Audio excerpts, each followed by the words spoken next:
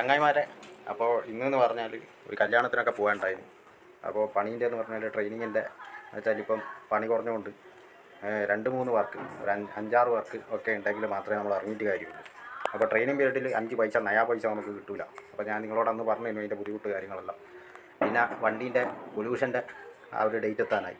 31-നാണെങ്കിൽ നമ്മൾ അതിന് മുന്നേ തന്നെ വണ്ടി പിന്നെ പൊല്യൂഷന് കൊണ്ടുപോകണം, ചെക്ക് ചെയ്യാൻ കൊണ്ടുപോകണം. കാരണം എന്ന് വെച്ചാൽ അത് കഴിഞ്ഞാൽ പിന്നെ നമുക്ക് എടുത്തിട്ട് പോകുമ്പോൾ AI ക്യാമറയിലൊക്കെ കുടുങ്ങിയാൽ പണിയാണ്. അപ്പോൾ സംഭവം എന്ന് വെച്ചാൽ ഇപ്പം പൊല്യൂഷൻ കിട്ടാത്തതിൻ്റെ 2 കാരണങ്ങൾ വരുന്നുണ്ട്. കാരണം വെച്ചാൽ ഒന്ന് നമ്പർ ലിങ്ക് ചെയ്യണം, നമ്പർ ലിങ്ക് ചെയ്തിട്ടില്ല കിട്ടില്ല.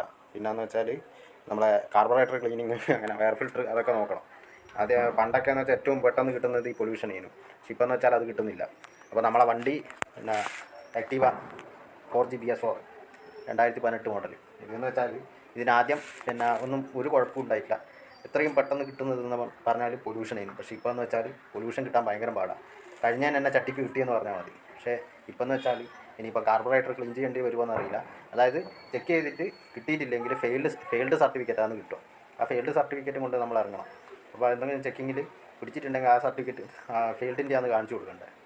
അപ്പോൾ സംഭവം എന്ന് വെച്ചാൽ നിങ്ങൾ ഒരിക്കലും എന്താ പറയണ്ടേ, ആ ഡേറ്റ് എത്തിയിട്ട് പോകാൻ പാടില്ല. ഡേറ്റിന് 2-3 ദിവസം മുന്നേ, 4-5 ദിവസം മുന്നേ പോയിക്കോ. എന്നാൽ വർക്ക്ഷോപ്പിലെങ്കിലും കയറ്റാം. എന്നിട്ട് കാർബറേറ്റർ ക്ലീൻ ചെയ്യുക. ഇതെന്ന് വെച്ചാൽ ഇവർ ഈ ഒരു സൈറ്റിൽ വരുത്തിയ മാറ്റം കൊണ്ടാണ് ഇങ്ങനത്തെ പ്രശ്നം വരുന്നത്. അല്ലാണ്ട് ഇതുമായിട്ടൊന്നും യാതൊരു ബന്ധമൊന്നുമില്ല.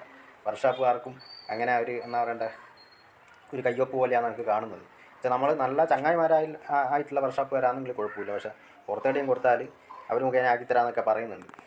ഓരോന്ന് പരിപാടി എന്ന് പറഞ്ഞിട്ട് ഒരു 50 ഉറുപ്പ്യക്ക് ഇത്രയും പാടുപെടുന്നൊരു പരിപാടി വേറെ ഉണ്ടാകും. വല്ലാത്തൊരു എന്താ പറയണ്ടേ ഒരു സിറ്റുവേഷനാണ്.